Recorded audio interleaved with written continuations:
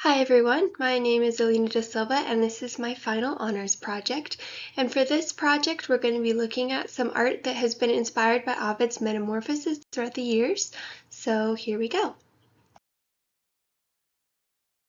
This painting is called Jupiter and Io, and it was painted by the artist Correggio, who's a Renaissance painter who lived from 1489 to 1534, and he created this beautiful depiction of Jupiter and Io in 1531. Here you can see Jupiter as he first has approached Io, having transformed himself into a cloud, and you can make out his arm wrapping around her waist right here, and you can see a hand kind of starting barely to appear right there in that cloud. To give you the idea that he still does have a human form. He is just in disguise. And you all can also see up here a human face starting to appear in that cloud as he kisses her. And one thing that's interesting about this painting is that some people actually interpret this painting as showing Io enjoying the encounter, but others believe that she might be trying to escape. As you can see, she's turning her face away from him. But like with all art, this is open to interpretation. So for our next painting, this painting is titled The Rape of Europa, and it was painted by Nicolas Coypel, a French artist who lived from 1690 to 1734, and he painted this piece in 1722. In this scene, Jupiter is disguised as a heifer. You can see him right here. He's this beautiful white cow. And Europa is sitting on his back, and she's placing flowers around his neck with kind of a content, pleased expression on her face. She seems really happy, thinking this is just a sweet, gentle animal that's letting her decorate him. But we know that this cow is actually Jupiter and that he has bad intentions. You can see how this painting actually isn't as innocent as it seems after you know the backstory.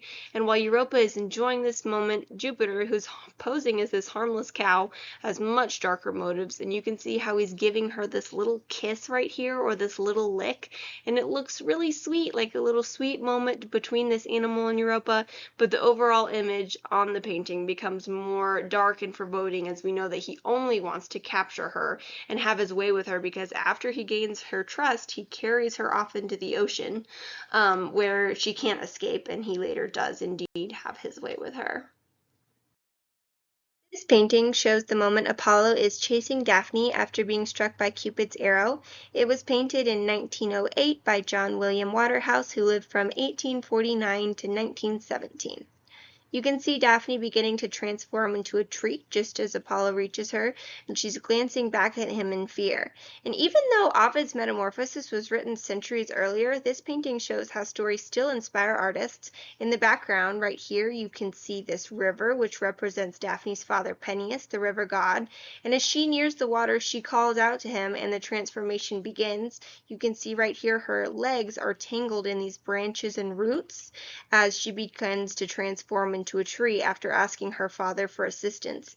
And this stops her from running, letting Apollo finally catch up to her, as you can see right here. This painting is a really beautiful but intense depiction of that moment, and you can really feel the emotion in both their faces. Waterhouse also uses these details, like you can see right here, Apollo, he's holding his lyre, and this really helps us identify the characters so that if we were in a museum or an art showing, we'd be able to know who these people were, because Daphne right there is being transformed into a beautiful laurel tree, and then we know for sure that that is our god Apollo because of that lyre that he's holding right there. So this piece of art was done by Salvador Dali, who was a well-known Spanish artist who lived from 1904 to 1989, and he painted this piece called Metamorphosis of Narcissus in 1937.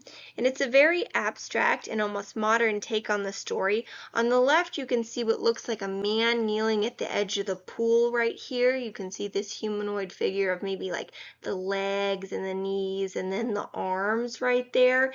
But the head looks almost like it's a little kind of blurred or missing. And then on the right, you see this figure that's kind of the same figure, but this one is a little bit more of a gray or blue hue, and it looks a lot more like a stone than a person. And it has this same little almost like egg-shaped head right there. But this one actually has a flower blooming out of the top of it, which is a narcissus flower. There's a bit more of a divide in the center of the painting, almost like it feels like two separate paintings. But you can tell with the people in the background right here that it is still one painting.